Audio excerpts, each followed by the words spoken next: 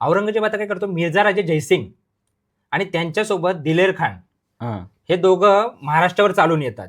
त्यांना मोठी फौज देतो, 1.5-2 लाखाची फौज देतो औरंगजेब आणि त्यांना महाराष्ट्रावर चालून यायला सांगतो. आणि आता दिलेर खान काय करतो, दिलेर खान येऊन पुरंदरच्या किल्ल्याला वेढा घालतो. अच्छा. आणि मिर्झा राजे जयसिंग काय करतात, ते पुण्याला येतात आणि पुण्यामधली जी रयत असते आपली, मिर्झा राजे जयसिंग बोलायला गेलो तर शिवाजी महाराजांच्या वडिलांच्या वयाचे म्हणजे शहाजी राजांच्या पासून ते एक औरंगजेबाचे सेनानी होते.